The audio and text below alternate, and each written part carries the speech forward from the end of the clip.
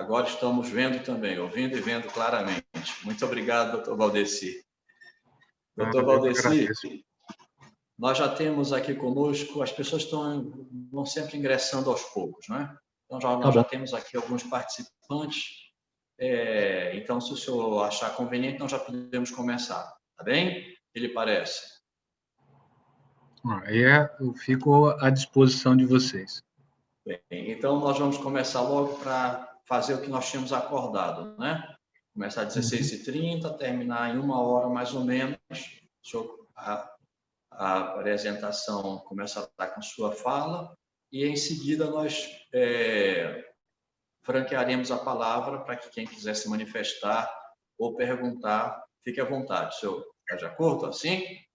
Não, sem problema. Eu acho que a gente tem que usar essas tecnologias para aproximar, né? Então, podemos trabalhar com uma sistemática de bate-papo mesmo, né? Discutir realmente a Amazônia, discutir oportunidades e soluções para a nossa região, que não é fácil, né? Mas que a gente pode, como instrumento aqui de financiamento, facilitar esse processo em várias questões, né? Sem dúvida. Doutor Valdeci, então, antes de o senhor iniciar a sua apresentação, eu gostaria rapidamente, se o senhor me permite, ler aqui, fazer um breve comentário sobre o seu currículo. O senhor me permite? Fique à vontade. Tá bem, então. O doutor Valdemir Tosi vai conversar hoje conosco sobre desenvolvimento regional, o papel do BASA, né, aqui na região. Então, o doutor Valdeci, ele é bancário de carreira, com 23 anos de BASA. Né? Completando hoje. Meus parabéns. Parabéns, que boa surpresa, que boa coincidência. Ingressou na função de caixa, não é isso? E foi, então, desempenhando várias funções, passou pela secretaria, foi secretário executivo da instituição, depois foi diretor de infraestrutura e, desde abril de 2018, o doutor Valdeci Tosi é o presidente do Banco da Amazônia. O doutor Valdeci é contador, com MBA em Negócios Financeiros pela Universidade de Brasília, UNB, especialista em Direito Tributário e em Administração e Estratégia Empresarial. Bem, dito isso, doutor Valdeci, quero mais uma vez reiterar nossos agradecimentos em nome da Associação Panamazônia, pela sua gentileza em nos atender nosso pedido. Agradecer também ao doutor Sebastião Campos, que já está aqui conosco, que intermediou o nosso primeiro contato. Muito grato a ele. Muito grato a todos que estão presentes. E agora, então, eu gostaria de fazer um registro. O nosso vice-presidente, o Dr. Jonathan Benchimol, justificou a ausência por conflito de agenda. Dito isso, então, eu passo a palavra para o senhor e, à medida que as pessoas, após a sua fala, então, à medida que as pessoas forem fazendo suas perguntas, as pessoas... Não, porque eu preferi tabule para de noite. Só isso. Boa pedida. Bom, aí, então, cada um se apresenta. Já está mais velho o frango arroz. Do doutor Valdeci. Antes de continuar, eu queria pedir a todos, por favor, que desliguem os seus microfones, ok? Todos desliguem o microfone agora. Fica só o doutor Valdeci com o microfone ligado. Após a fala do doutor Valdeci, quando nós franquearmos a palavra, então todos estão ligando os microfones, se apresentem e façam suas perguntas ou comentários. Doutor Valdeci, mais uma vez, muito grato. Está com o senhor a palavra. Bem, primeiramente, um prazer, Delisário, falar aqui com os associados aí da Panamazônia. Acho que cada vez mais as associações de classe, as federações, as organizações, elas precisam, e as entidades privadas, elas precisam tomar frente das transformações da Amazônia, né?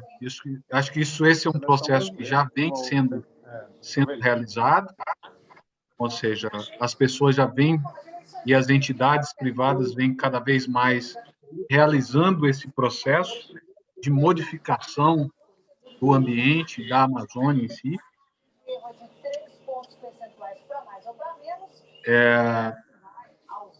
E em relação ao papel do Banco da Amazônia nesta transformação, nessa mudança e nas melhorias que a Amazônia precisa, a gente vem adotando esse procedimento já há alguns anos, ou seja, o Banco da Amazônia ele tem 78 anos de existência, né? Então, ou seja, o banco, desde 1942, já atuamos na Amazônia, nesse processo e nesse papel de desenvolvimento desta região.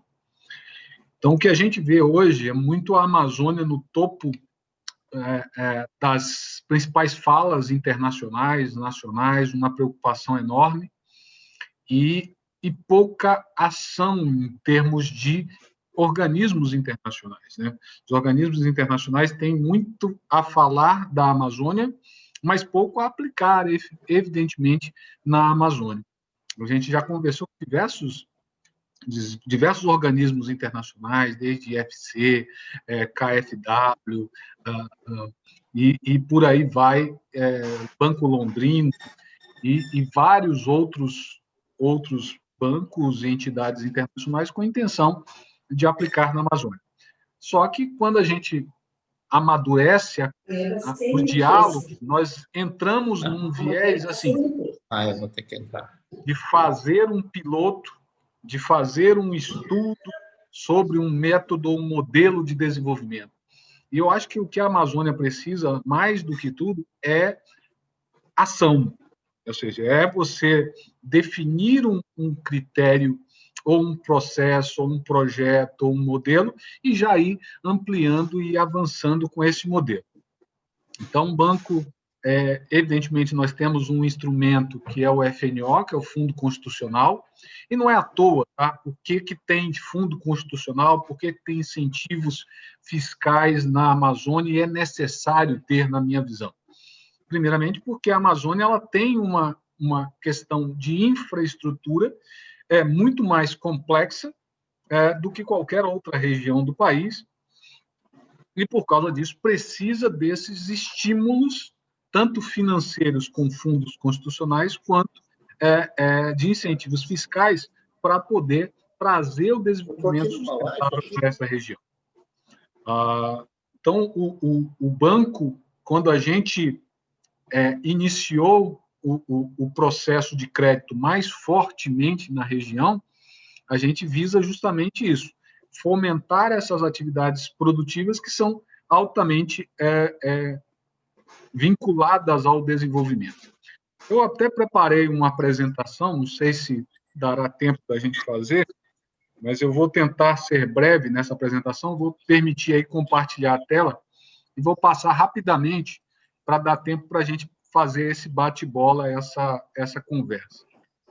Se você puder me habilitar aí,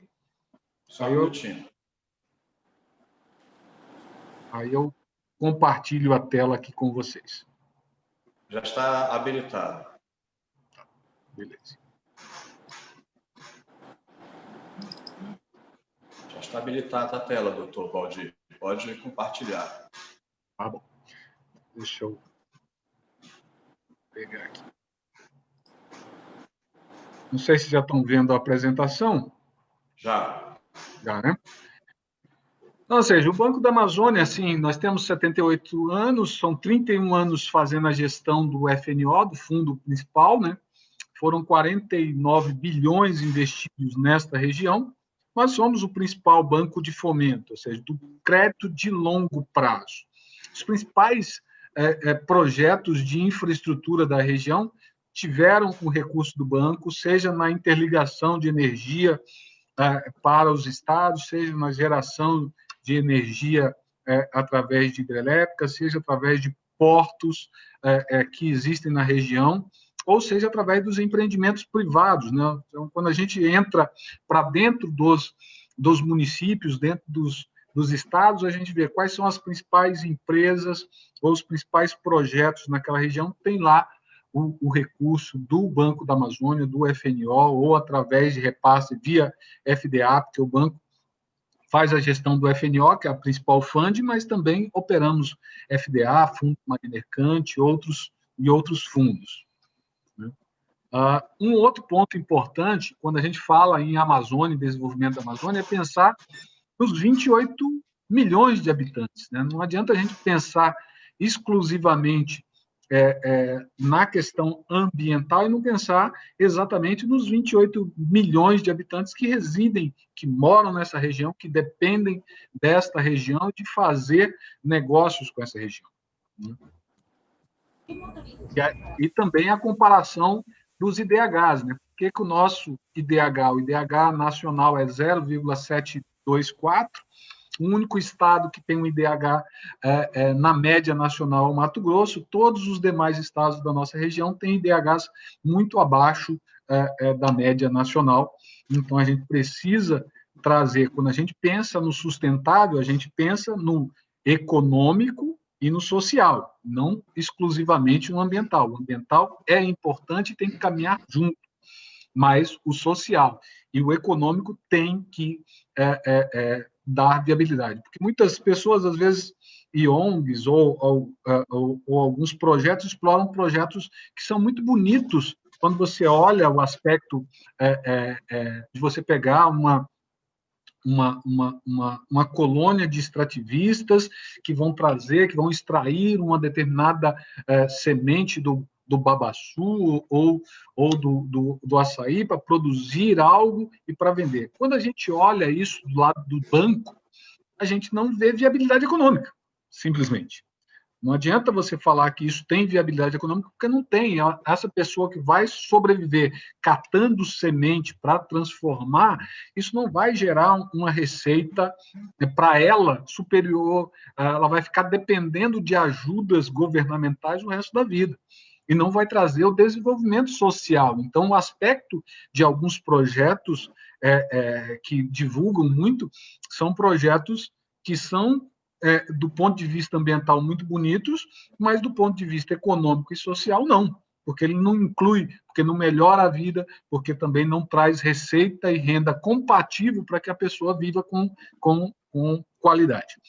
Então, a gente tem que caminhar os projetos, e por isso que é bom a visão banco, quando se fala em desenvolvimento sustentável, você trazer a visão de um banco, porque o banco vai olhar esse aspecto econômico também. O banco ele trabalha muito com a questão do planejamento e da gestão, né? Então, toda vez quando a gente aplica um crédito numa região, a gente vai observar e discute com as federações, com as associações, com os governos dos estados, qual que é a vocação da população e qual que é a vocação de cada uma dessas regiões, até para que a gente possa fazer os protocolos de intenção, fazer os acordos com os estados, para que todos nós tenhamos o nosso grau de responsabilidade, né? Aí são alguns tipos de projetos, por exemplo, que a gente olha, projetos que a gente consegue agrupar o ambiental com o econômico e o social de forma muito boa. A gente tem feito agora projeto para o Marajó de intensificação do plantio de açaí, que antigamente você trabalhava com o extrativista exclusivo de açaí, mas não trazia a tecnologia, não trazia a educação para esse caboclo, para que ele pudesse, onde tem um plantio de açaí, fazer o adensamento do açaí nativo ou um desadensamento, né? Quando ele é muito adensado, não entra sol, não produz, então você tem que fazer o corte seletivo e com tecnologia, ou seja, com inteligência da Embrapa e de assistência técnica para poder produzir mais. A gente tem desenvolvido esse projeto no Marajó e tem sido muito satisfatório. E quando a gente fala de desenvolver projeto, não é fazer 1, 2 projetos, nós vamos falar de fazer centenas deles, milhares de projetos. A mesma coisa é pecuária. Quando você trabalha com pecuária na Amazônia, você pode trabalhar com pecuária verde, com pecuária de qualidade. O banco é o maior financiador de reforma de pastagem da Amazônia. Nós financiamos praticamente 90% de todo o financiamento de reforma de pastagem na Amazônia é financiado pelo Banco da Amazônia. Então, quando você reforma uma pastagem, você tira a pressão das áreas nativas, o produtor verifica que a produtividade E a oportunidade é muito melhor do que ele abrir outras áreas ou utilizar mesmo a pastagem extensiva da forma que estava.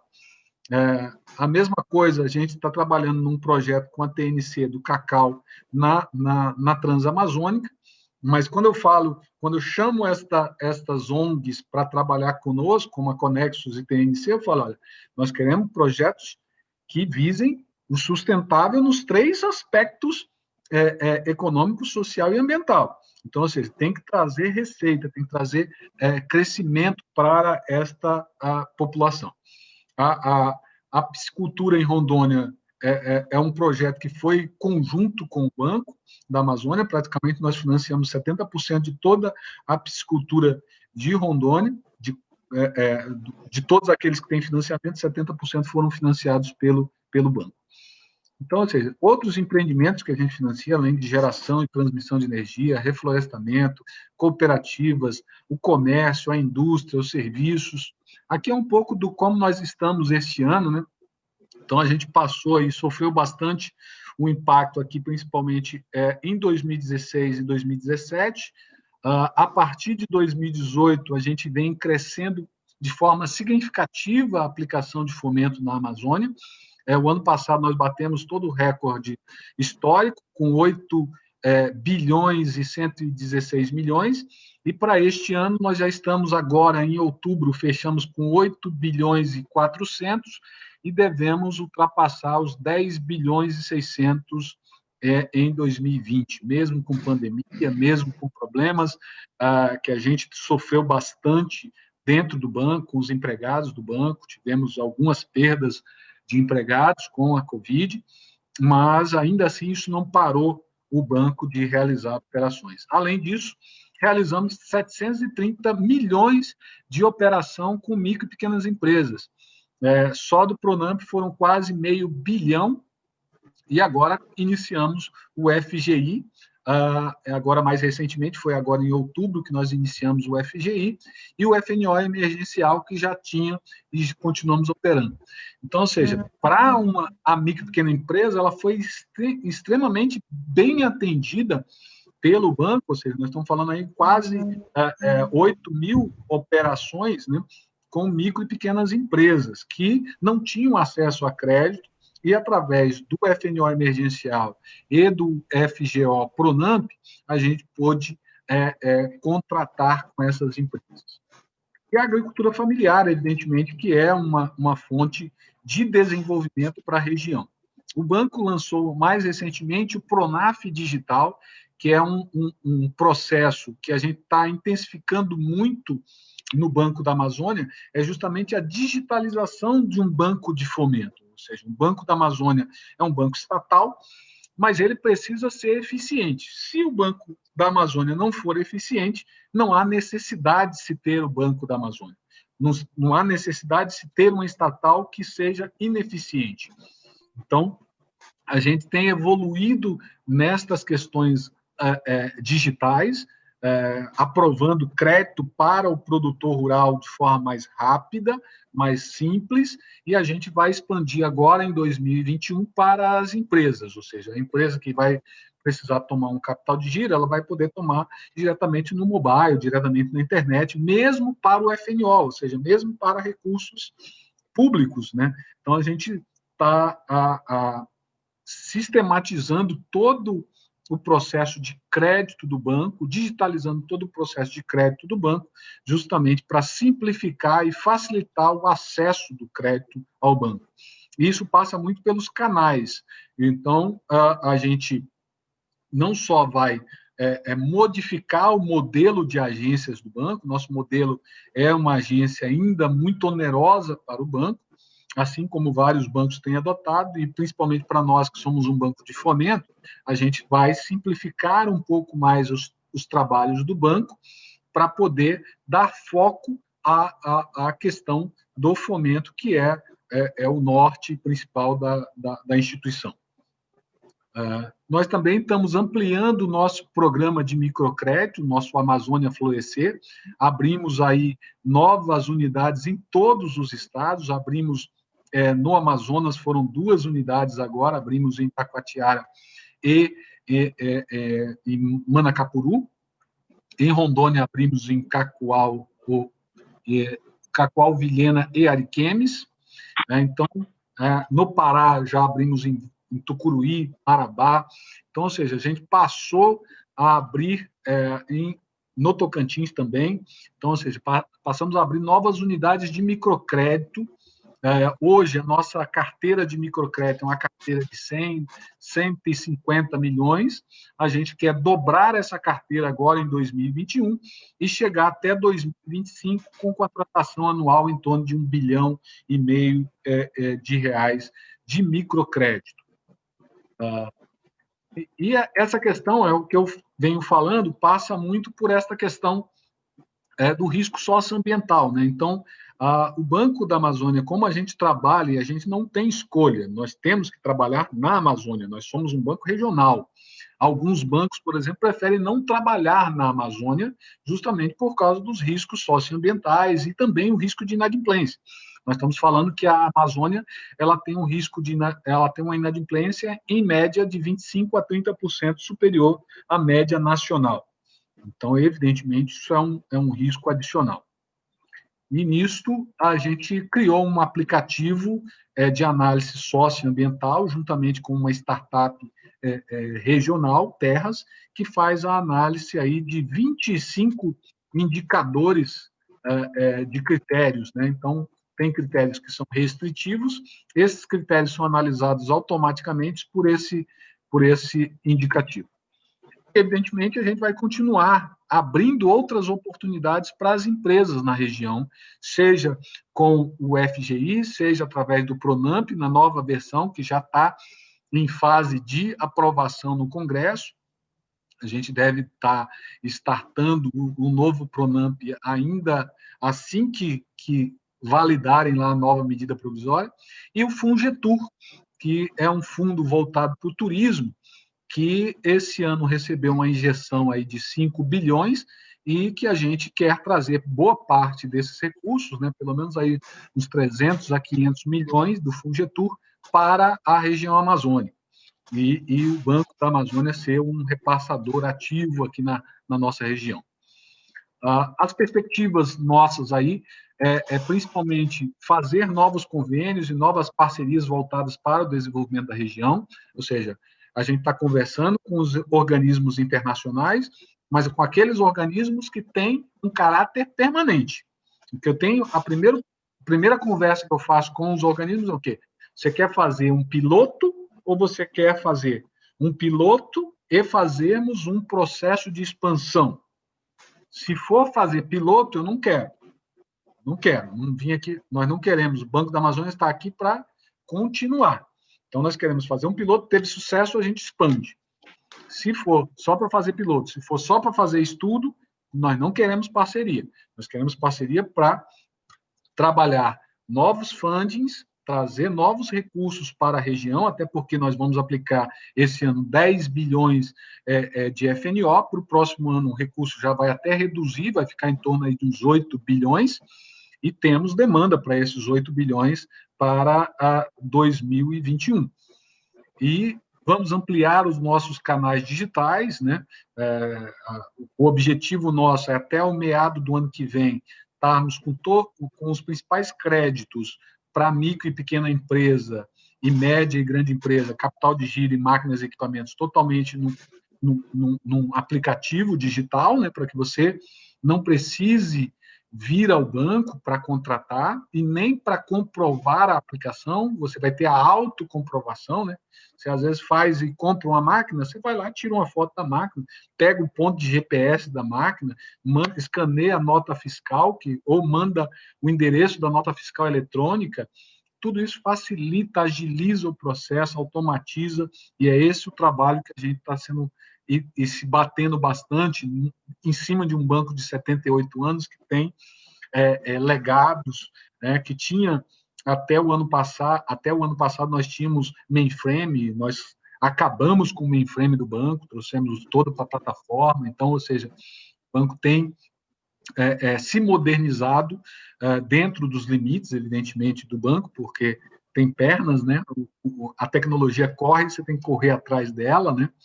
e expansão, principalmente nos negócios de financiamento de microcrédito, agricultura, apoio aos projetos de infraestrutura, principalmente voltados aí para saneamento, para concessões. Acho que tem um período aí muito importante para concessões públicas que a gente precisa estimular aos novos prefeitos, por exemplo, concessão de iluminação pública, concessão de creche. Por que não, em vez de montar creches, você montar creches através de uma parceria privada? Tantas e tantas universidades, escolas particulares, às vezes, que só estuda à noite e tem, durante o dia, um espaço ocioso que poderia aproveitar para implementar outras atividades para a sociedade. Então, ou seja, a gente tem aí um campo de atuação muito grande para o Banco da Amazônia e para a Amazônia. Então, era esta uma apresentação breve, né, que a gente gostaria de fazer para vocês, e assim, deixar o banco muito transparente. Eu sempre, quando eu ia aí no Amazonas e aqui na Federação do Pará, eu falo que o banco, a gente tem evoluído, a gente ainda erra muito, e eu acho que quando se faz muito, mais se erra, né? E mais se deve errar. Eu acho que o errar não é o problema. O problema é você manter um processo ruim e não buscar melhorar esse processo. E a gente tem que ser bastante humilde em dizer que a gente ainda está num processo de evolução, de melhoria, e que aos poucos isso vem se refletindo no volume de operações, no índice de inadimplência. O índice de inadimplência, por exemplo, do Banco da Amazônia hoje, ele é menor do que a média de mercado do Brasil, né? Então, o nosso índice de inadimplência hoje é de 2,63, a média Brasil hoje está em 2,75 e a média da região 3,2, né? Então, a nossa média de inadimplência também está adequada à realidade de mercado. Então, é buscar compatibilizar, e nem sempre isso é fácil. Nem sempre isso é fácil. Como um banco, você tem a pressão de um braço que é um braço de governo, né, que é um braço que tem fundo constitucional, que tem regramentos constitucionais. Olha, tem que emprestar para o pequeno, tem que emprestar para a agricultura familiar, tem que emprestar para microempreendedor individual, e que quando você vai para esses setores, você, com um braço de banco, você vai olhar que a inadimplência de alguns desses setores é extremamente alta e arriscada, e que você tem que fazer aqui a balança para que o braço de desenvolvimento seja adequado ao braço econômico, braço de banco. Então, na nossa conversa inicial, acho que seria esse contexto aí inicial para a gente conversar. Como eu disse logo no início, é um bate-papo, fiquem à vontade aí para questionar, para sugerir, para dar algumas dicas e perguntar sobre alguns contextos. Eu acho que o Banco da Amazônia tem muito a fazer e a contribuir ainda para a nossa região. Doutor Valdeci, excelente apresentação, muito objetiva, clara, sucinta, excelente, muitíssimo grato. Então, como combinado, agora passamos então para as perguntas. Eu vou passar logo a palavra para o doutor Jaime Benchimol. Doutor Jaime, se eu gostaria de se pronunciar ou fazer alguma pergunta, e os demais, eu peço que mandem aqui na listinha, pelo chat, quem quer fazer pergunta. E todos, como não somos muitos, vai dar para todo mundo falar com tranquilidade. Só mandem os nomes aqui para a gente fazer a ordem da chamada, tá bem? Por favor. Doutor Jaime, você gostaria de se pronunciar, falar, perguntar?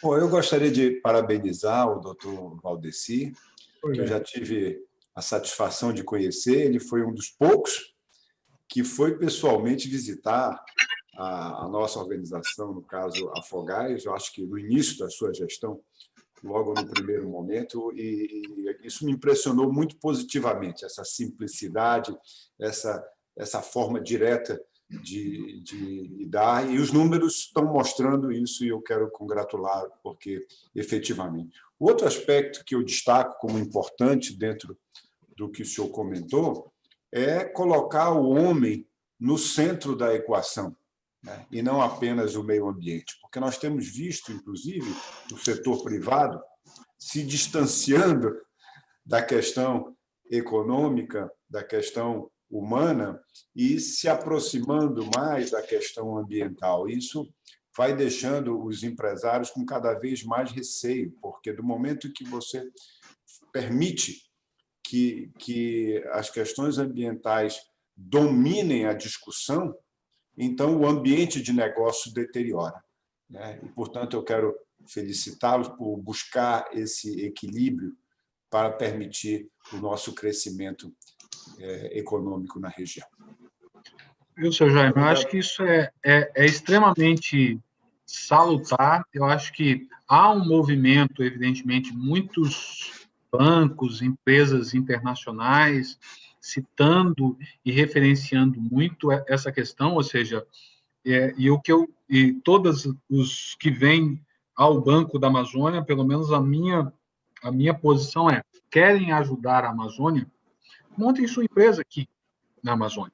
Ajude a população da Amazônia, dê oportunidade, porque a população está aqui. Se ela não tiver uma oportunidade, ou se a oportunidade que tem do irregular, ou do garimpo irregular, ou da extração irregular de madeira for mais rentável para ela do que uma atividade, ou pior ainda, não ter uma atividade regular, evidentemente ela vai buscar, ela precisa sobreviver, ela é um ser humano, ela tem famílias e tal, ela precisa buscar alternativas e vai buscar alternativas, sejam legais ou ilegais.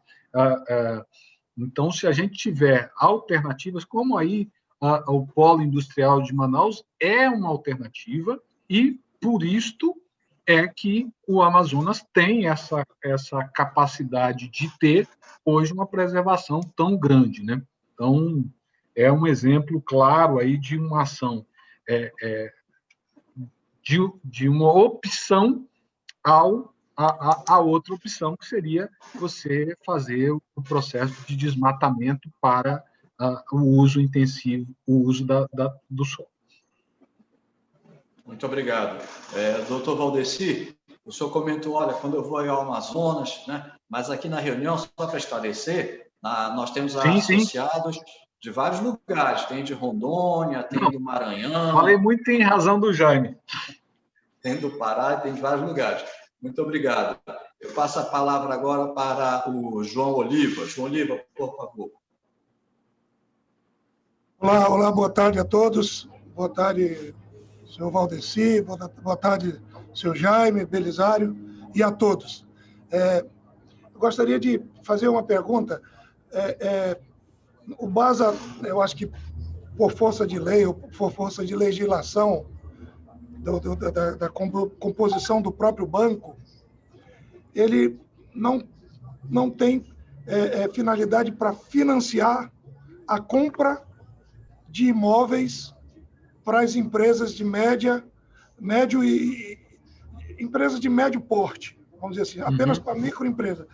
O BASA, ele te empresta o dinheiro para você fazer obra, mas não concede o crédito para você adquirir o imóvel, mesmo que o imóvel já tenha construção, precise de reformas. Como é que funciona isso, e se existe alguma outra possibilidade, ou se existe algum estudo para mudar essa situação? Muito obrigado, doutor. Bem, é uma boa pergunta, João Oliva. Essa é uma demanda de muitos empresários, eu acho que é uma demanda justa, porque muitas vezes o empresário tem um barracão, tem uma outra indústria que está pronta, mas que está inativa. E aí, para essa empresa, seria muito mais fácil adquirir esta outra empresa do que, evidentemente, começar do zero uma nova obra, né? Esse entendimento foi dado pelo regramento do FNO, que pode, viu, gente, isso que é importante mobilizar que pode ser alterado pelo Condel da Sudam. O Condel da Sudam tem assento aí as federações de indústria, tem as federações do comércio, que poderá sugerir uma alteração no plano de aplicação. Dentro dos planos de vedação do plano de aplicação, tem lá não aquisição de imóveis para empresas, exceto micro e pequenas. Então, ou seja, poderia abrir desde que seja para o imóvel próprio da empresa, ou o primeiro imóvel, como é o financiamento de casas, né, pelo sistema financeiro de habitação. Mesmo que o juro fosse um pouco diferenciado, alguma coisa nesse sentido, para essa modalidade, mas eu acho que é factível, mas é um movimento que precisa partir aí das federações, a própria Panamazônia pode interferir lá junto ao Condel da Sudam, que é uma reunião, geralmente uma reunião anual, 2 reuniões, e agora é o momento, porque vai ser aprovado, deve ter uma reunião agora em dezembro ou em janeiro para a aprovação do plano de aplicação para 2021 do FNO, e falou, olha, eu queria que incluísse aí que poderá financiar imóveis para médio e grande, né? Demandar isso junto à Sudam e ao MDR, tá? Muito obrigado. Muito obrigado. Exatamente, é uma demanda de muitas empresas. Às vezes você tem um imóvel anexo ao seu, que você pode expandir, mas que você não pode comprar com recurso do BASA. Isso às vezes atrapalha um pouco o nosso desenvolvimento. Muito obrigado. Muito obrigado, doutor Valdeci. Bem, então seguimos. Passo a palavra agora para o Leandro Mendonça, que é da AproSoja, no Maranhão. Leandro, por favor.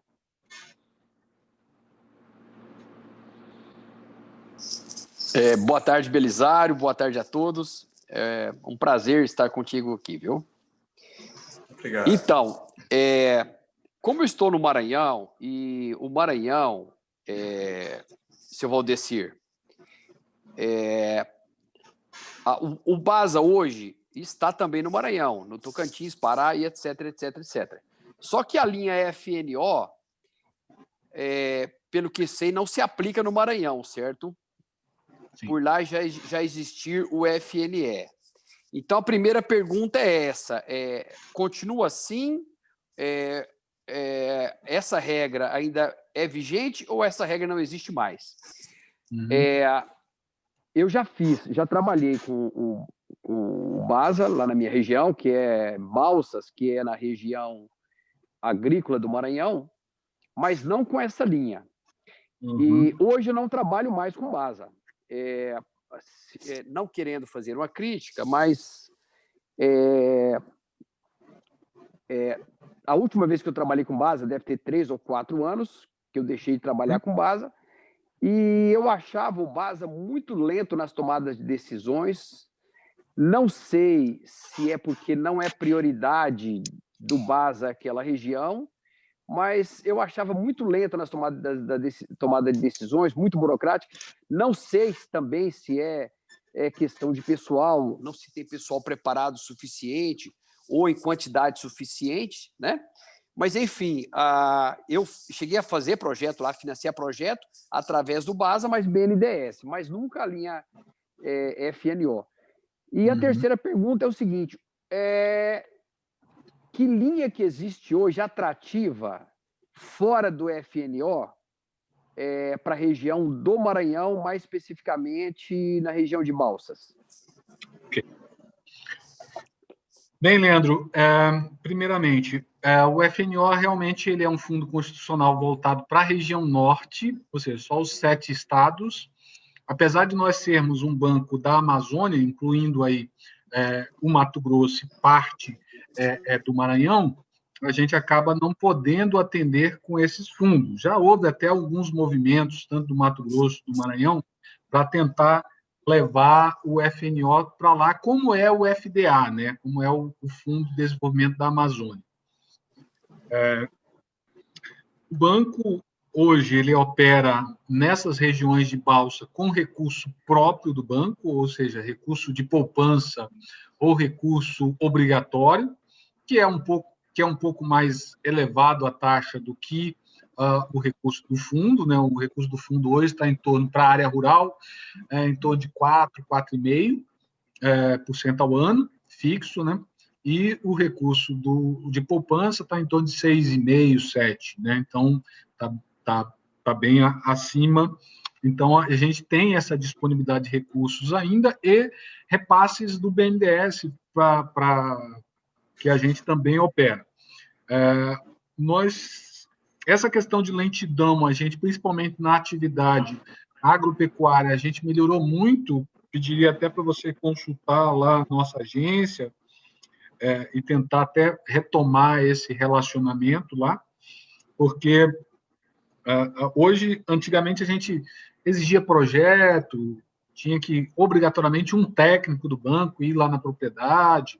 Hoje, o produtor rural ele tem um limite de crédito pré-aprovado, então ele tem um limite já pronto quando ele faz o cadastro, e a gente terceiriza também esse trabalho de campo, né? Então, a gente tem o quadro terceirizado para não depender só do pessoal interno. Isso agilizou bastante esse processo, principalmente para custeio, máquinas e equipamentos e tal, que é basicamente o que se demanda muito na atividade agrícola, principalmente. E para o Maranhão, hoje, basicamente, a gente tem recurso BNDES e recurso próprio, recurso poupança, LCA e recurso obrigatório. Então, ou seja, recursos mais caros do que o Fundo Constitucional do FNE. A gente tem conversado um pouco com o BNB, para ver se ele repassa um pouco esse recurso para nós lá. Eu pedi para ele, me dá uns 200 milhões, dá bom, dá para começar. Mas o Romildo lá, o Rolim, que é o presidente lá, falou, não, a gente já gastou todo o recurso, não tem disponível. Então, e a gente tem buscado trabalhar com essas fontes. Agora, para as empresas, a gente está operando também com o BNDES, e agora com o Pronamp, com o FGI, com essas outras linhas aí. Okay? Muito obrigado, doutor Valdeci. Bem, eu passo a palavra agora para o Munir Lourenço Júnior, que é presidente da Federação da Agricultura do Amazonas. Munir, por favor. Boa tarde, Belisário. Boa tarde, presidente Valdeci. Boa tarde a todos os amigos que estão acompanhando essa live. Parabéns, presidente Valdeci, pela explanação e principalmente pela gestão muito focada em eficiência à frente do Banco da Amazônia, de desburocratização de procedimentos à frente do Banco da Amazônia. Eu queria lhe perguntar, semana passada o senhor esteve aqui na nossa cidade, Manaus, tivemos participando, inclusive, de reuniões com o senhor, o superintendente Pouzin, da SUFRAMA, a superintendente da SUDAM, e onde colocamos claramente que a nossa visão do nosso estado, Amazonas, o desafio de consolidar e avançarmos em matrizes econômicas de interiorização e diversificação da nossa economia. Muito importante a Zona Franca de Manaus, o fortalecimento da Zona Franca, mas também esse desafio da geração de emprego e renda para quase 2 milhões de amazonenses no interior do estado. E aí eu lhe pergunto, em termos de perspectivas, de plano de expansão de agências do Banco da Amazônia nos municípios do interior do Amazonas.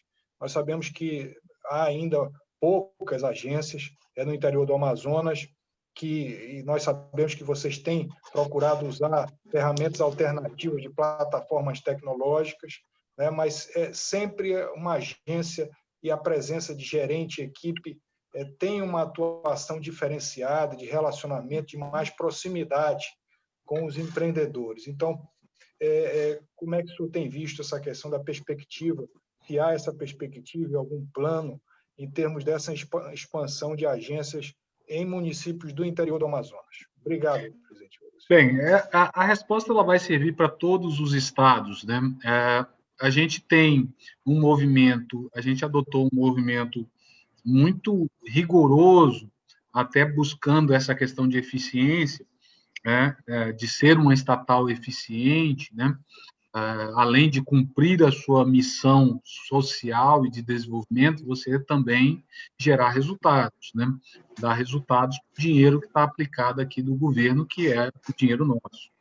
Então, a gente, por exemplo, encerrou algumas unidades que estão deficitárias, encerramos unidades no Maranhão, encerramos unidades no Amapá, no próprio Pará, que estavam deficitárias, no Mato Grosso. E agora estamos adotando dois movimentos, tá? Um movimento, Muni, é um movimento de a gente fazer uma unidade, uma agência de crédito, não uma agência de dinheiro. Por quê? Porque o grande problema de você montar uma agência tradicional é o dinheiro. O dinheiro custa muito caro. Quando eu monto uma agência tradicional, o transporte de valores no Amazonas é absurdo, porque você é rio, né? Então é muito caro. Aí você tem três seguranças, tem porta giratória, você tem cofre eletrônico, tem um monte de despesa adicional. Então, um movimento que nós estamos fazendo é a adoção de um modelo de agência leve ou escritório de negócios. Esse é um ponto, né? Ou seja, porque aí eu faço a minha atividade principal, que é o fomento. E um outro modelo que vai ser o credenciamento, né? É o correspondente bancário do Banco da Amazônia. Então, até o final do ano que vem, a gente quer abrir correspondentes bancários, que ele vai fazer o trabalho de cadastro, de cadastramento, de abertura de conta e de propostas de financiamento. E estes correspondentes, que poderão ser de outros correspondentes, né, que já trabalham para o BMG, que já trabalham para a Caixa, que já trabalham para o Banco do Brasil, vão poder trabalhar para o Banco da Amazônia com as metas definidas para eles e tal, para ser o ponto de interligação nesses municípios onde o banco não tem agência, né? Então, é um modelo que a gente está prevendo para os próximos anos. Não há uma previsão para 2021 de abertura de agência tradicional mais, tá? A abertura, a gente está fechando agora o planejamento para abertura de agência no modelo escritório de negócios e transformação de algumas agências que hoje são deficitárias, ou seja, que o modelo atual ela não dá resultado, mas a localização é importante. Um exemplo aí, agências do interior do Amazonas, como Tefé, Coari, para nós, Banco da Amazônia, ela dá prejuízo. Então, a gente adotou, em vez de eu fechar essa agência, eu transformar essa agência em uma agência de crédito, um modelo de escritório de negócio, para evitar um prejuízo maior e, ao mesmo tempo, cumprir a sua finalidade. Então, é esse o desenho que a gente está fazendo, justamente para tentar equilibrar ainda aquele braço de desenvolvimento, novamente com o braço de banco de resultado. Ótimo, obrigado. Muito obrigado, doutor Valdeci. Eu passo a palavra agora para o Edson Afonso, produtor rural de Rondônia. Edson Afonso, por favor. Boa tarde, Belisário. Boa tarde, presidente Valdeci. É um prazer revê-lo. Em nome da Federação da Agricultura, a gente está vendo muitas dificuldades, e ali no passado o próprio Basa também tinha dificuldade com relação à regularidade ambiental dos produtores rurais. Na maioria das vezes, a lei federal, ela compõe como regularidade simplesmente a ação do CAR, e o que vem subsequente com relação aos PRA, a adequação, isso é um ato normativo, né, do órgão ambiental, com as notificações, cumprimento, e se torna uma particularidade entre produtor e órgão ambiental. Mas a gente tem visto umas ações de empresas e de bancos cobrando até um pouco mais do que a própria lei exige, né? Por exemplo, eu tenho o meu CAR, eu já declarei o meu CAR, eu tenho um passivo, porém o órgão ambiental não completa o meu CAR e eu só acaba sendo inibido. E lá no passado, já há um tempo atrás, eu até desfiz a minha conta no Basa, mas eu entendo que o Basa, dos grandes fomentadores, eu acredito que o Basa deveria até, inclusive, entrar nessa composição de defesa da Amazônia, a gente está vendo muita coisa se falando, né, mal da Amazônia, e nós, amazônicas, não estamos defendendo. A pergunta é, como que o Basa está agindo hoje com os produtores rurais nessa questão da regularidade ambiental? Ótima pergunta, Edson. Esse é um problema sério, não só para o produtor, mas também para os bancos. Por exemplo, há uma ação bilionária movida pelo Ministério Público Federal contra os principais bancos que atuam na Amazônia, inclusive o Banco da Amazônia, questionando o desmatamento e que esses bancos teriam estimulado, através de financiamentos em áreas irregulares, o desmatamento da Amazônia. Então, ou seja, a gente tem que tomar alguns cuidados adicionais na Amazônia para que o respaldo do crédito e do produtor sejam amparados. Tem realmente essa dificuldade, principalmente em relação aos PRODs, tá? Que é o desmatamento pós-2008, né? Que até se estendeu em algumas áreas até 2011. Pós-2011. Há alguns pedidos de legisladores na Câmara, na Assembleia, na Câmara de Deputados, no Senado Federal, para tentar mudar esta perspectiva, que ou seja, eu tenho uma determinada propriedade, eu desmatei pós-2008, e isso em algumas regiões aí de Rondônia, em algumas outras regiões do Pará, do Tocantins, isso aconteceu, e o problema é que isso implica em pelo Código Florestal, em uma irregularidade ambiental.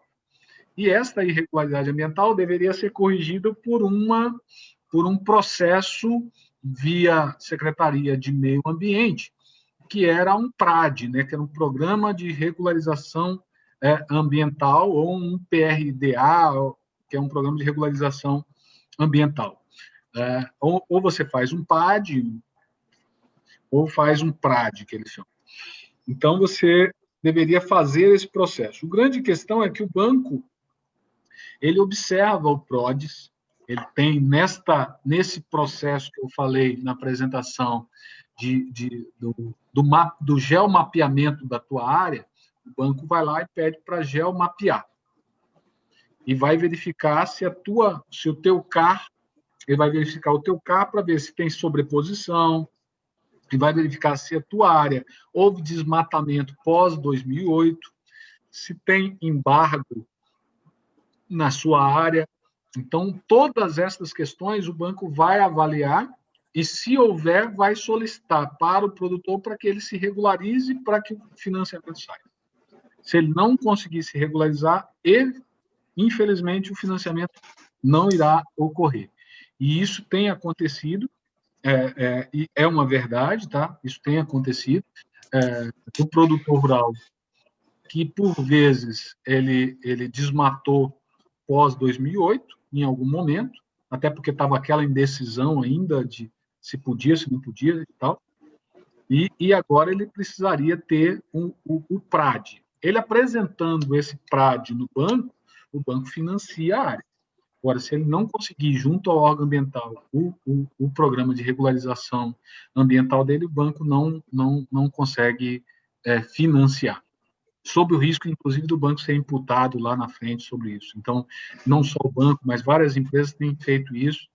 Então, é um caminho hoje complexo, que está em discussão aí na Câmara, no Senado, porque não é só, não é poucos produtores, é uma gama de produtores muito grandes que estão nesta situação, que precisa dessa definição, né? E que isso não acontece tão fácil. Presidente, só uma parte, se me permitir, Belisário. O Banco da Amazônia utiliza o PRODES como referência. É exatamente esse o questionamento, que o PRODES não é fidedigno, né? Ele acusa qualquer atividade ali como ilícito e com certeza, muitas delas são lícitas, né? O que o banco faz, ele faz através desse aplicativo Terras, que foi feito em conjunto com o banco e a startup aqui, foi feito justamente, ele avalia a área em 2008 e faz a avaliação atual.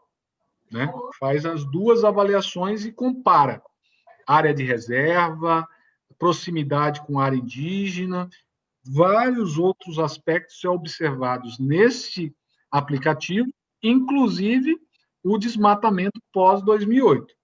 Então, se houve, não quer dizer que ele está bloqueado, que ele não pode financiar. Pode, mas ele vai ter que apresentar essa regularidade do órgão ambiental. Então, às vezes, isso não consegue o produtor, ou o produtor vai em busca disso junto ao meio ambiente e não consegue, ou demora, um processo demorado, né? Tem muita demanda, ou às vezes até em algumas secretarias de Estado eles não sabem o que fazer. Por incrível que pareça, algumas secretarias de meio ambiente não sabem o que fazer, como fazer esse programa de regularização ambiental. Muito obrigado, doutor Valdeci. Bem, eu passo agora a palavra para a ministra Maria Deise.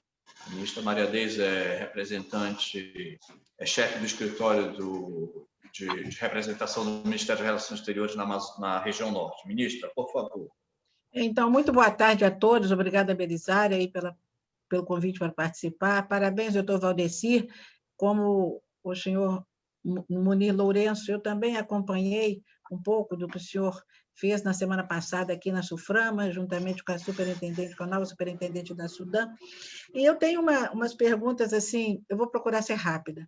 A primeira é com relação à macro, esse novo projeto aí, que já vem de anos anteriores, dos governos do Amazonas, de Rondônia e do Acre. Como é que o BASA poderá atuar? Aquilo lá é um caos fundiário, né, ainda. E eles estão tentando justamente regularizar, para promover o desenvolvimento dos estados, né, esses 3 estados. É um projeto importantíssimo, que tenta levar uma organização para uma área muito complexa, não é? Muito grande. Mas, assim, antes da regularização fundiária, o que o BASA já poderá fazer para ajudar no avanço desse projeto? Essa é a minha primeira pergunta. Depois, se for possível, perguntar 2 coisas mais rápidas. Mas eu faço pergunta agora de uma vez? Pode fazer. Então, a segunda pergunta é com relação ao turismo para a Amazônia, né, que é uma coisa um potencial gigante ainda a ser explorado. O senhor falou do Projetur, né, dos fundos para o Fungitur. E a minha terceira pergunta é curiosa, porque o senhor, uma curiosidade pessoal, que o senhor comentou que as pessoas ficam impondo condições, alguns comentários que tecem junto ao senhor sobre a Amazônia, o desenvolvimento, o que tem que ser feito ou não, e o senhor fala, mas tem que pensar na população, desenvolvimento socioeconômico. O senhor tem sido procurado por muitos interlocutores externos acerca disso? E como é que se dá isso? Tá, Joia. Vamos lá. Em relação à macro, né? A macro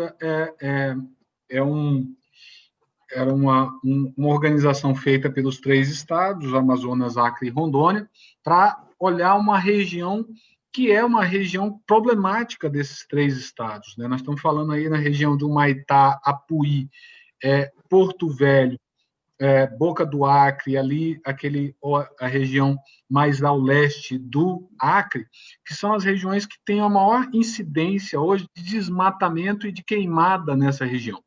Muito em razão de uma situação de irregularidade fundiária, de falta de presença do Estado mais presente, né, para acompanhar essas ações, e também oportunidade para essa população que ali reside, né? Ou seja, se a população não tem outra oportunidade, vão buscar, como eu falei anteriormente, alternativas. Entre as alternativas tem a extração irregular de madeira, tem o desmatamento e a abertura de áreas para pecuária e para outras atividades. Então, primeiramente, o que o banco já está fazendo, né? Primeiramente, o banco já é uma opção. Então, nós já estamos presentes ali em Humaitá, nós temos uma agência em Humaitá, temos uma agência em Extrema, que nem município né? É um distrito, mas nós temos uma agência lá e abrimos uma outra agência ali em outro município, Plácido de Castro, no Acre e em Boca do Acre. Então, nós temos agências nessa proximidade, então dá para a gente já atuar mais intensivamente na educação e no convencimento do produtor rural, principalmente, em ele buscar a regularização. Então, quando ele busca a regularização, principalmente a regularização ambiental ou mesmo a regularização fundiária através do terra legal, outros instrumentos que estiverem ativos, para ele obter o crédito. E ele obtendo o crédito, o produtor rural ele é feito de estímulo. Se ele for estimulado a fazer um plantio adequado, se ele for estimulado a regularizar a sua propriedade, ele vai buscar. Por outro lado, você tem um movimento de repressão e tem que ter um outro movimento de estímulo à regularidade. Os movimentos têm que ser conjuntos, até para que o resultado se amplie. Então, hoje, na região de Humaitá, a gente cresceu muito o financiamento, principalmente na área de campos, que é mais fácil, né, de você ampliar, principalmente a atividade de agricultura. A região lá de Extrema, Nova Califórnia, a gente está fazendo muita parceria com as cooperativas lá, né, com as cooperativas de micro, mini e pequeno produtor, justamente para ampliar a parte de fruticultura, que são do cacau, do café, que são formas de você explorar economicamente, mas dentro está adequado ao aspecto legal da propriedade. Então, acho que nesse ponto é o ponto que a gente já pode estar intensificando essas ações. E aí é muito em parceria com as assistências técnicas, com os governos municipais, com os governos dos estados e com a Sudan, Suframa. Então, ou seja, e trazer a macro para o centro da atenção e para o começo do processo de regularização fundiária, né, que o Comitê da Amazônia, o colegiado, né, o Conselho da Amazônia, quer dar esse foco. Né? Há muita crítica em relação a essa questão de regularização fundiária como forma de reduzir a pressão sobre a floresta. Para mim, eu que vivo na Amazônia há mais de 35 anos, que trabalho com crédito na Amazônia há 23 anos, digo de cabeceira, a regularização fundiária funciona. Onde você regulariza a área, o produtor tem uma preocupação enorme, porque ele vai perder essa área, a área regular, documentada, valorizada, porque quando uma área é documentada, ela é extremamente valorizada. Então, ele vai perder o patrimônio dele, por que ele vai correr o risco de perder o patrimônio dele? Né? Então, ele vai se regularizar, ele vai reflorestar onde ele vai fazer a preservação de áreas, preservação permanente, ele vai fazer isso aí. Agora, se a área for irregular, se ele está explorando ali, e se alguém fiscalizar, ele pega o que está em cima e vai embora, ele não tem risco, ele não vai perder o patrimônio dele. A área não está nem em nome dele, então ele vai embora. Então, é natural isso acontecer. É claro que isso tem que ser feito com muita prudência, tem que ser feito muito adequadamente, para você não fomentar a grilagem, né, a irregularidade das áreas. Mas, fazendo bem feito, como é a intenção do Conselho da Amazônia, a gente acredita que é um primeiro passo importante aí para a redução do desmatamento. Em relação ao turismo, eu acho que o turismo tem um potencial enorme na Amazônia, sobretudo em algumas regiões, por exemplo, próprio Manaus e Alter do Chão, por exemplo, que são regiões que têm um apelo e uma beleza natural que não precisa de publicidade, né? Não precisa fazer publicidade, né? Por si só já se fala. Já tem uma publicidade gratuita, né? Como a própria Jalapão já chegou a esse patamar. Então, ou seja, quando chegam em áreas que a publicidade já está acontecendo de forma gratuita, o que a gente precisa entrar é com infraestrutura para que as coisas aconteçam, né? Mas o turismo ele é muito complexo, né? Ele é um tanto quanto complexo o setor turístico, porque grande parte dos empresários, muitas vezes, a gente financiou hotéis nas regiões, todos os principais hotéis de Manaus o banco financiou, os principais hotéis de Porto Velho, de Santarém, tem financiamento do Banco da Amazônia e a inadimplência é alta. Hoje é um setor que está aí com 15%, 20% de inadimplência. E alguns que não estão inadimplentes estão com renegociação, com processos alongando a dívida para tentar pagar. Justamente porque não há uma integração entre as ações. Precisa ter uma integração muito grande das ações e o empresário também do setor turístico tem que viver do turismo. Muitas vezes eu vejo muito dono de hotel que a atividade principal dele não é a hotelaria. Então, ele usa aquilo mais como um hobby. Isso acontece, tá? Porque eu estou dizendo porque é uma prática. E ele não se dedica àquilo, né? E isso acaba também trazendo um desafio adicional. Então, tem que viver do turismo, tem que se dedicar no turismo, tem que buscar alternativas. E muitas vezes a gente tem que sair um pouco para o turismo da Amazônia. Eu acho que o primeiro passo para o turismo na Amazônia é o brasileiro. É o brasileiro. O pessoal olha muito, não, tem que trazer turista internacional para a Amazônia. Então, vamos trazer o brasileiro, porque o brasileiro não conhece o Amazonas, o brasileiro não conhece Alter do Chão, não conhece o Jalapão, e é factível de você vender essas rotas turísticas no Brasil e você consolidar primeiramente o turismo nacional e para depois você pensar num turismo internacional, que é um turismo muito mais exigente do que o turista nacional. Ele gasta mais, mas ele é muito mais exigente. E a infraestrutura dessas cidades e a infraestrutura hoje para o turismo internacional ainda não está preparada. Eu conheço alguns empreendimentos turísticos que trabalham com o turista internacional, mas ele pega de fora a fora, tá? Ele faz o pacote do exterior para cá, onde é que o cara vai ficar, todo o roteiro, porque senão ele perde o turista. Então, ele tem que trabalhar o turista do início ao fim. E isso requer um custo e um aperfeiçoamento do processo turístico muito grande.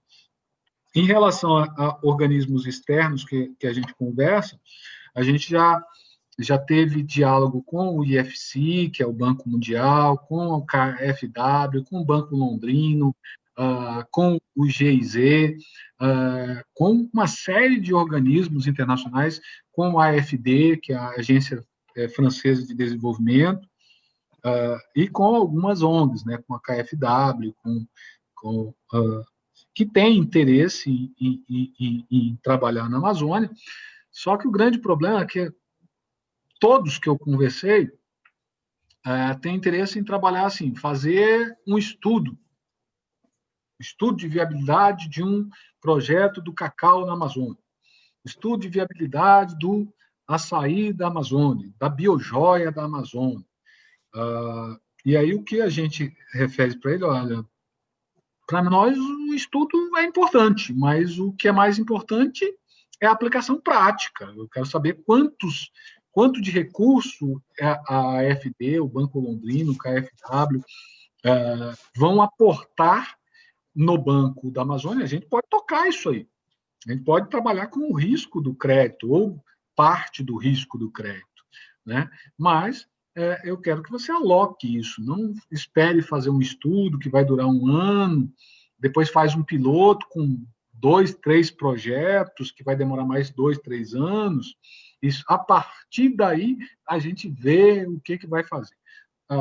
O que normalmente acontece, infelizmente, pelo menos por enquanto, pode ser que eu mude de opinião lá na frente, né? Que esses organismos aí mudem.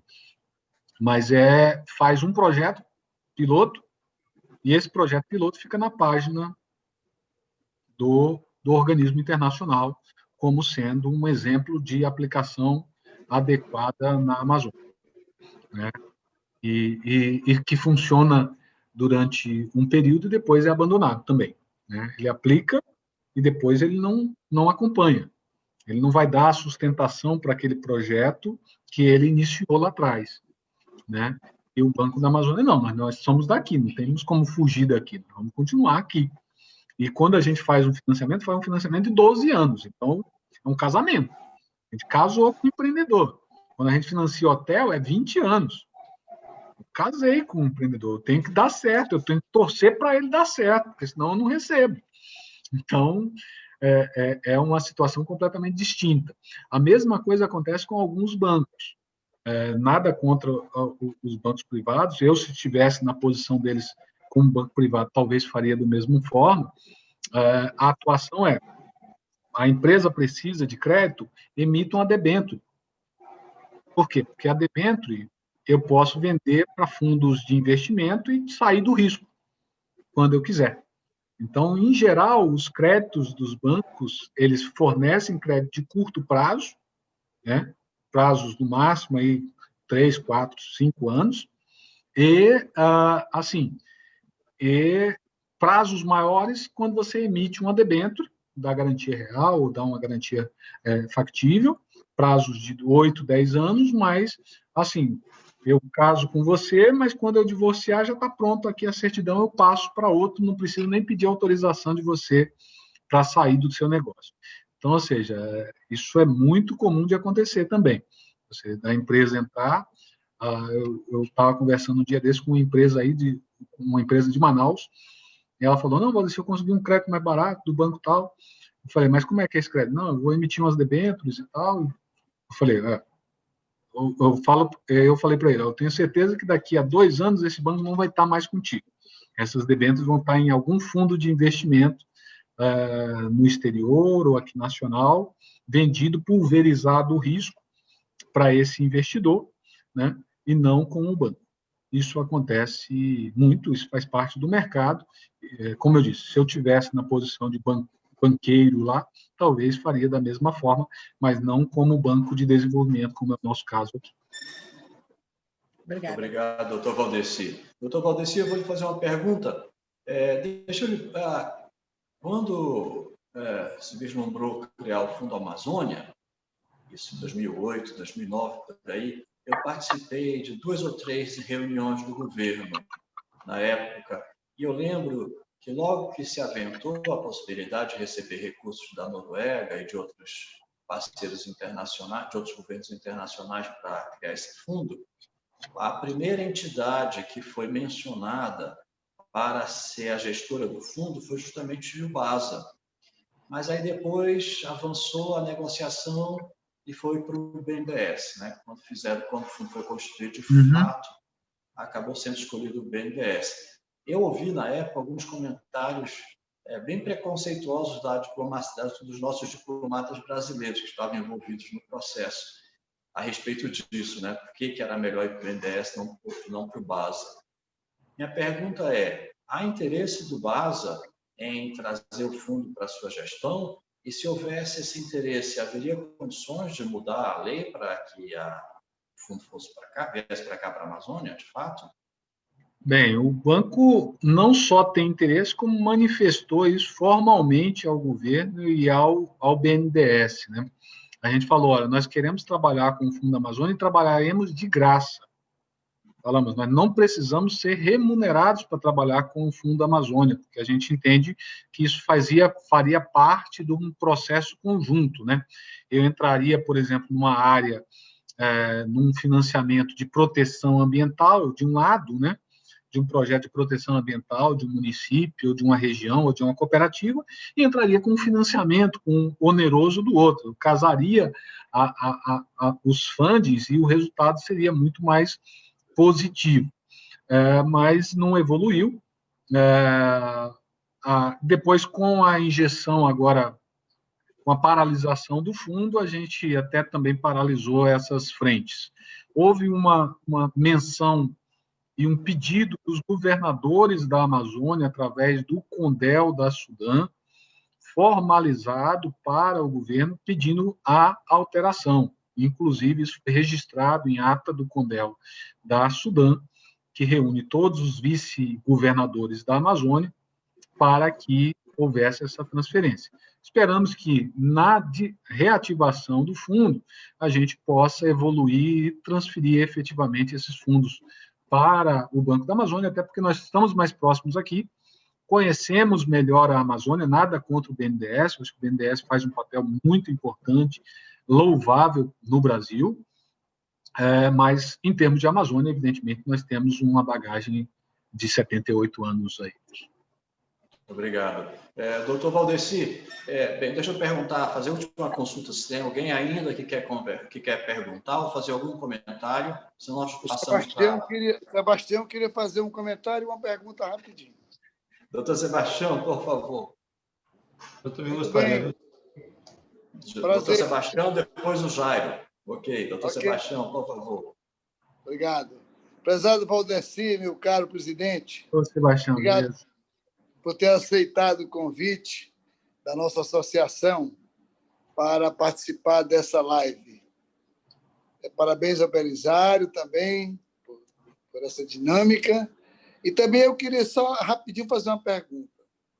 O que tem sido feito para aqueles empreendedores, empresários que fizeram financiamento e contrataram numa época em que as taxas tinham um percentual?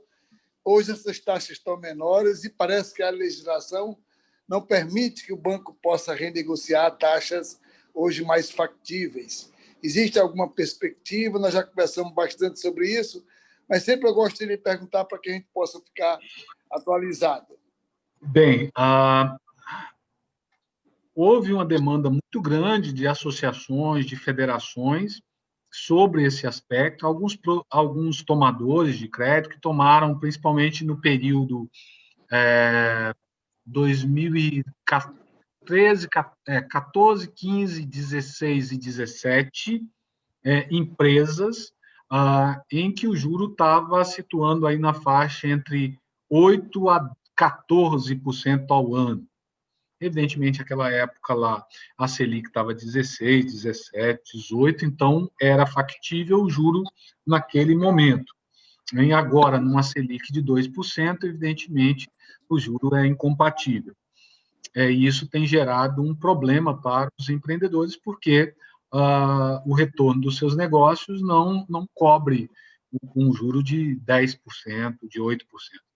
A gente fez todo um levantamento da quantidade de empresas, quantidade de tomadores que estavam com essa situação, encaminhamos uma solicitação ao MDR e ao Conselho Monetário Nacional para que eles pudessem apreciar essa possibilidade. Falamos, inclusive, com o presidente do Senado, Davi Alcolumbre, que é da região, né? E passei essas informações para ele também pessoalmente, para que ele intermediasse junto ao Conselho Monetário Nacional uma possibilidade de opção. O que eu acho que seria simples era uma resolução do Conselho Monetário Nacional, até porque os juros anteriores a 2008, na Lei 13.682, que é a lei que mudou os juros que eram definidos pelo Conselho Monetário, passou a ser taxa de juros do Fundo Constitucional, TFC. Então, a gente passou os dados, o MDR entendeu, mas ainda está na discussão entre MDR, Economia, Banco Central. Falei, inclusive, tive uma live com o presidente do Banco Central, a pedido do Davi, do Alcolumbre, do presidente do Senado. Ele conseguiu uma audiência com o presidente do Banco Central, a gente apresentou os números, encaminhamos os números lá, e estamos aguardando, né?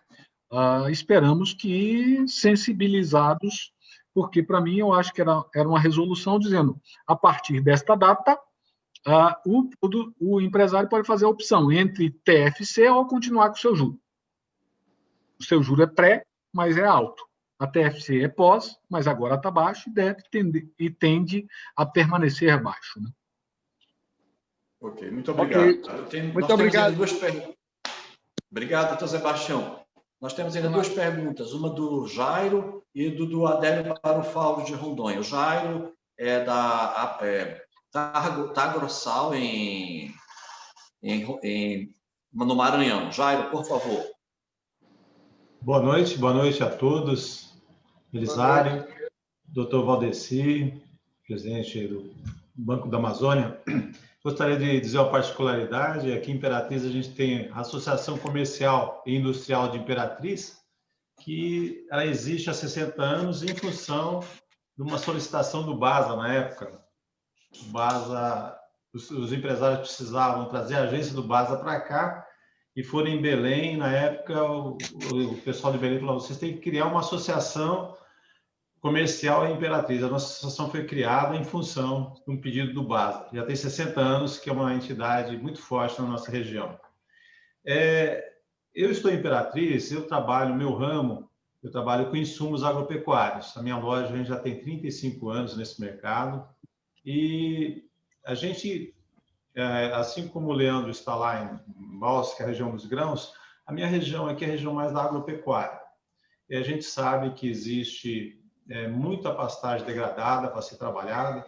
E, como eu vendo os insumos, eu vejo a dificuldade do pecuarista em conseguir o crédito, realmente. Como também diz o Leandro, a gente sabe que hoje os bancos estão na era eletrônica, do Pix, que está chegando aí, de outras tecnologias, mas na hora do crédito a gente sabe que a coisa emperra. Primeiro, porque existe a burocracia de para você ceder o crédito, você precisa realmente de garantias.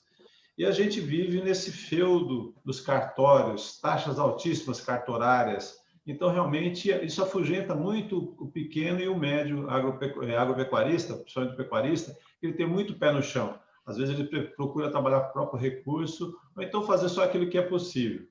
E a gente também, que está no comércio paralelo, né, que a gente fornece os insumos, porque os grandes pecuaristas e os grandes produtores vão direto para as trades, que financiam com mais facilidade, né? E a gente, no comércio que a gente está, que a gente fica no repique, naquela quantidade menor, a gente tem que ter o nosso recurso para financiá-los, né? Porque então o que a gente precisaria do banco, na verdade, seria um parceiro para nos ajudar no crédito. Não que a gente desse o crédito para a nossa empresa, mas que fosse um coagente com a gente para ajudar nas garantias, principalmente desses pequenos e médios. E quando a gente cede o crédito, na hora de receber é mais complicado, mas quando tem um banco atrelado, ficaria mais fácil. Quem sabe a gente tem uma linha de crédito vendo, alguma coisa nesse sentido, que desse mais flexibilidade no mercado e pela rapidez, porque quando chega na época da safra, ele precisa do dinheiro para ontem, né? E a gente sabe que o crédito demora. Mas existe nisso, esse nicho que talvez se o banco abrisse esse espaço a médio e longo prazo, poderia crescer muito nesse mercado. Então, parabéns, senhor Valdeci, parabéns pela sua gestão, pela sua dinâmica nessa empresa fabulosa que é o Banco da Amazônia. A gente sabe da importância dele para a Amazônia e também na sua carreira, que você cresceu dentro do banco, né? Isso é muito bacana. Eu vi o seu currículo, é maravilhoso. Parabéns e continue com essa dinâmica. Obrigado. Obrigado, Jairo. Eu vou já anotei aqui os seus dados e vou pedir para a nossa unidade aí de Imperatriz contactá-lo para a gente ver de que forma a gente pode fazer uma parceria aí com esses produtores. A gente tem algumas linhas específicas para insumos, para custeio, que com recursos de poupança e recursos obrigatórios aí, né, por causa da ausência do FNO, mas que dá para atender aí um bom número aí nessa região.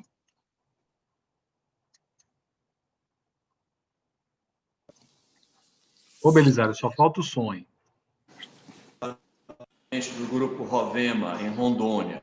Adélio, por favor. Boa tarde, Valdeci. Boa tarde, Belisário. Tudo bem? O Valdeci é da terra aqui, tem que vir para cá. Estou doido que ele peça a conta no base e volte para Rondônia. Daqui a pouco ele vai poder. Valdeci, parabéns pela sua gestão. Acho que o BASA melhorou muito. Nós somos o BASA reza para mim não morrer todo dia para mim pagar as contas. Viu, Valdeci? Continua rezando para mim não morrer, não, porque eu preciso pagar as contas no BASA. Então, continua com as orações aí, porque eu preciso pagar as contas, tá? Mas, Valdeci, eu queria aproveitar a tua sabedoria, Valdeci. A gente, como empresário, a gente tem muita dificuldade nesse país como está agora. Quer fazer investimento, mas não tem produto. Hoje o Brasil virou um caos, né? Então, a gente...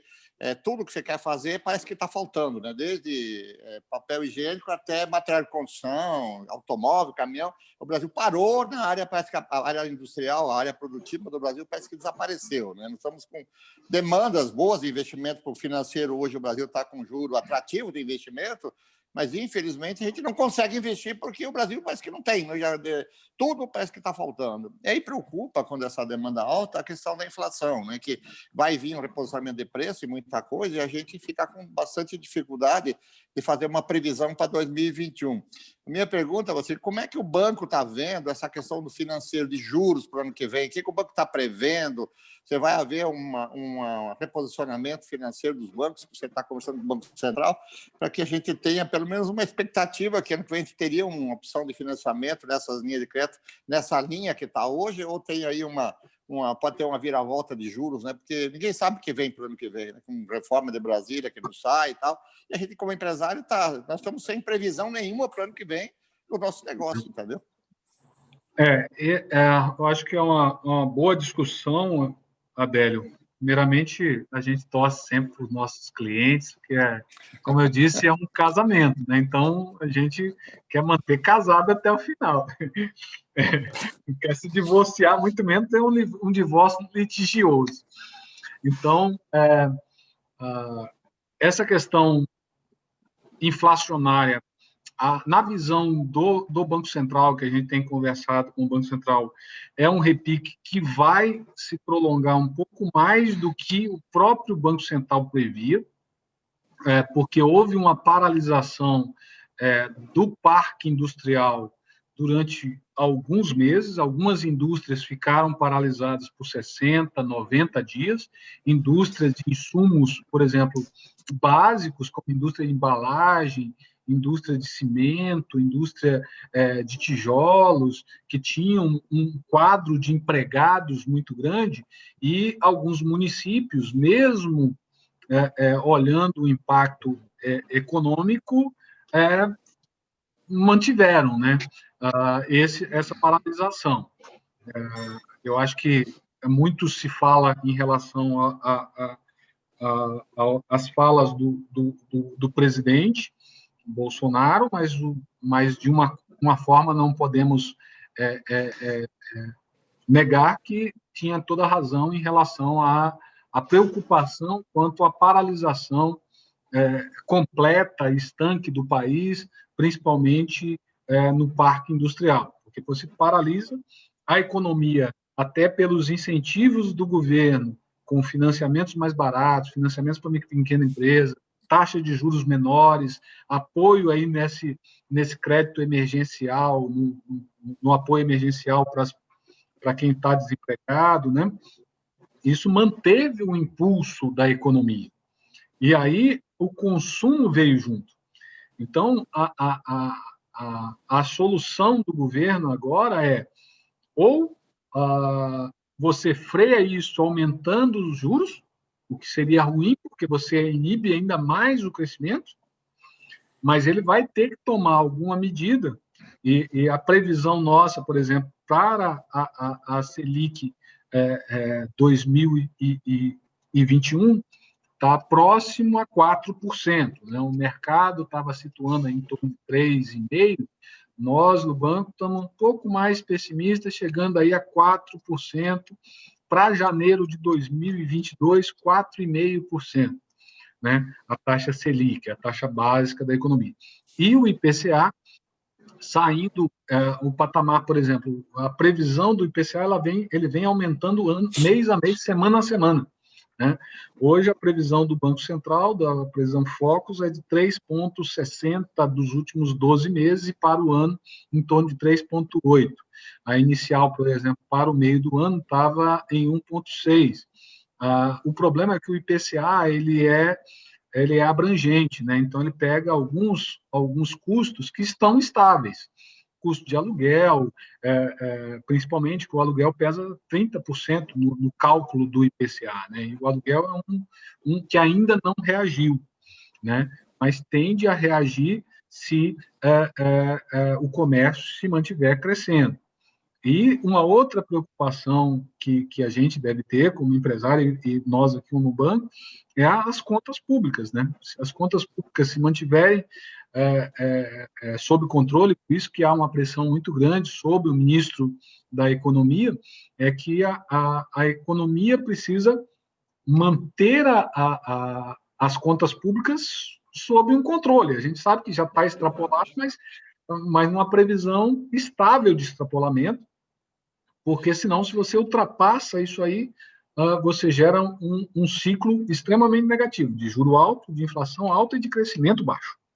Então, todo o destempero possível. Mas a gente acredita que o ciclo inflacionário deve se manter alto ainda até no primeiro trimestre de 2021 e depois se estabilizar.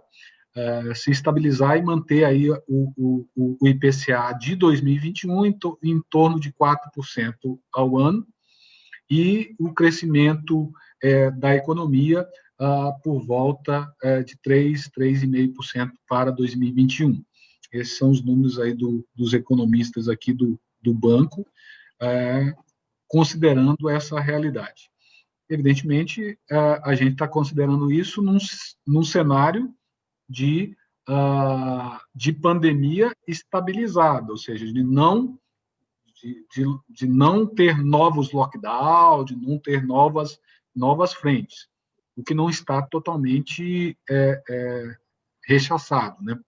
As nossas regiões aqui, principalmente região de Manaus, Belém, Porto Velho, se estabilizou, né? Pelo menos está bem estável o quadro, mas nunca se sabe, porque esse horizonte de pandemia ainda é um quadro incerto. Muito bem. Muito obrigado, doutor Valdeci. Doutor Valdeci, então é isso, chegamos ao final da nossa live. Eu renovo os agradecimentos, mas antes queria mencionar aqui as pessoas que também estão aqui conosco, já estiveram e saíram, estiveram conosco hoje aqui, além dos que já se apresentaram, né, estavam conosco hoje o doutor Irani Bertolini, da Bertolini Transporte, e o Fábio Gobet, também da Bertolini Transporte. Inclusive, não sei se o senhor conhece, eles têm um projeto muito interessante na área de balsa de açaí. Já conhece, né? Pois é. Também muito bacana. Presente, também estiveram aqui conosco o Tiago Menezes, o Rogério Rabelo, o Petrônio Pinheiro e o Jóio Colares. Bem, mais uma vez, eu agradeço muito, mas queria deixar a palavra com o senhor para encerrar essa live. Mais uma vez, meus agradecimentos em nome da Associação Panamazônia ao senhor e a todos que estiveram presentes. Por favor, doutor Valdeci. Primeiramente, agradecer a Associação Panamazônia e agradecer a todos os empreendedores, né? Eu acho que o Brasil depende muito dos empreendedores, dos empresários, dos produtores rurais, de quem efetivamente arrisca a própria pele, né? Nesse mercado aí, como o Adélio acabou de mencionar, há um ambiente, às vezes, de muita incerteza, e mesmo assim não recuam, empreendem, buscam melhorar o país, gerar emprego, gerar renda, gerar riqueza, que é gerando riqueza e renda que se resolve muito dos problemas ambientais e sociais. Não se tem como resolver o meio ambiente sem receita, sem dinheiro. Não tem como resolver o problema social sem receita, sem renda. Então, tudo começa com o econômico e termina com o econômico, perpassando esses ambientes aí do social e do ambiental. E esse equilíbrio, mesmo que complexo, difícil por vezes, tem que ser um objetivo de cada um de nós aí, buscar esse equilíbrio aí entre o social, o ambiental e o econômico. Um grande abraço a todos, muito obrigado aí por estarem aqui 1h30 conosco, e estamos à disposição no Banco da Amazônia, abertos aí para buscar e auxiliar a Amazônia no seu desenvolvimento. Muitíssimo grato. Obrigado a todos. Obrigado a todos.